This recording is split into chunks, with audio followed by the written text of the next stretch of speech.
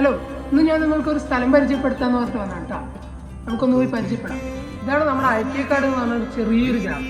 ഇവിടെ എങ്ങനെയൊക്കെയാണെന്നുള്ളതൊന്ന് പരിചയപ്പെടാം. ആദ്യം തന്നെ ചെറിയൊരു ഗ്രാമം കേട്ടോ. ഇവിടെ മുഴുവൻ ചുറ്റും പാടങ്ങളാണ്. ചെറിയൊരു ദ്വീപ് പോലെയാണ് നമ്മുടെ സ്ഥലം. ഇവിടെ മൊത്തം 10 വീടുകളുണ്ട്. ആ 10 വീട്ടിലും നമ്മളെ ചെറിയ ചെറിയ ബന്ധുക്കാരാണ്. ഇവിടെ നമ്മൾ ആദ്യം കയറുമ്പോൾ തന്നെ വലിയൊരു ആൾക്കാരുണ്ടാവും.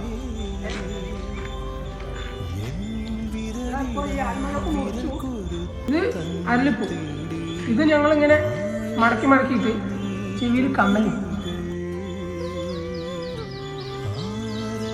ഇതിങ്ങനെ പൂ ഉണ്ടാക്കിയിട്ട് ഇതുപോലെ ചെവിയിൽ വെച്ച് ഇങ്ങനെ കളിക്കും.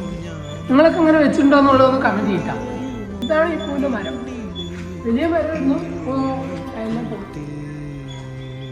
ഇതാണ് ഞങ്ങൾ കുളിച്ചുകൊണ്ടിരുന്ന കിണർ കേട്ടാ. ഇതിൽ പിള്ളേർ എപ്പോഴും ഞങ്ങൾ വരുമ്പോൾ ഏതെങ്കിലും 2 പിള്ളേർ ഇതിൻ്റെ ഉള്ളിലുണ്ടാവും. ഇതാണ് ഞാൻ ജനിച്ചു വളർന്ന വീടിട്ടാ. ഇപ്പൊ ഇവിടെ പ്രത്യേകിച്ച് ആരുമില്ല. നമുക്കുള്ളൊന്ന് പോയി കാണാം എങ്ങനെ കിടക്കുന്നു നോക്കാം.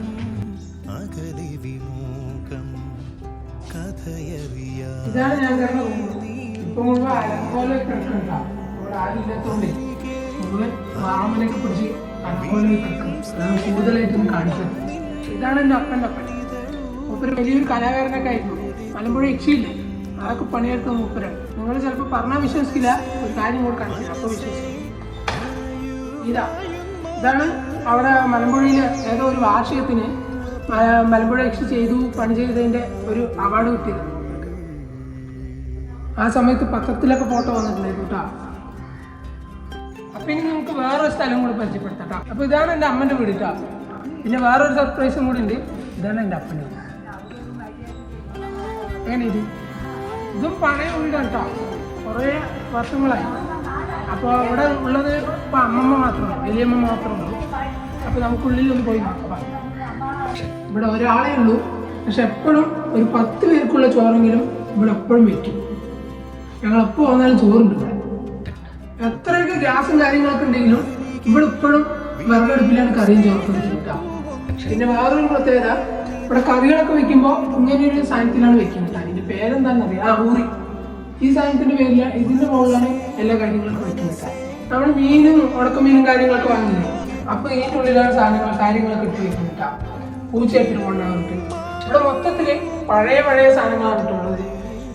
കയ്യിലാണ് തൂക്കി വെക്കുന്ന ഇത്. ഇങ്ങനെയൊക്കെ നിങ്ങളുടെ വീട്ടിലുണ്ടോ എന്നുള്ളത് കമന്റ് ഇട്ടാ. നിങ്ങൾ വിചാരിക്കും ഇത് ബ്ലാക്ക് പെയിന്റ് അടിച്ചാണ് കിട്ടാ, പക്ഷെ അത് പോഞ്ഞില്ല. ഇതാണ് നമ്മുടെ കിണർ. ഇവിടെ എത്ര വേനൽക്കാലമാണെങ്കിലും ഇവിടെ വെള്ളമുണ്ട്.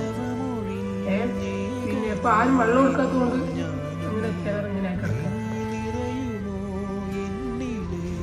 പിന്നെ ഇവിടെ നമ്മൾ കയറി വരുമ്പോൾ തന്നെ അറിയത്തൊക്കെ ഓരോ സാധനങ്ങൾ തുരുക്കി വെച്ചിട്ടുണ്ടാവും. എന്തിനാണെന്ന് ചോദിച്ചാൽ അതൊക്കെ ആവശ്യം വരില്ലേ, അപ്പം എടുക്കാൻ വേണ്ടിയിട്ടാണ് പറയും.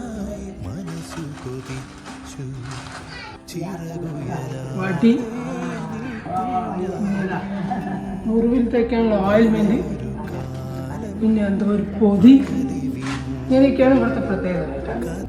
ഇതാണ് ഞങ്ങളുടെ മെയിൻ താവളം.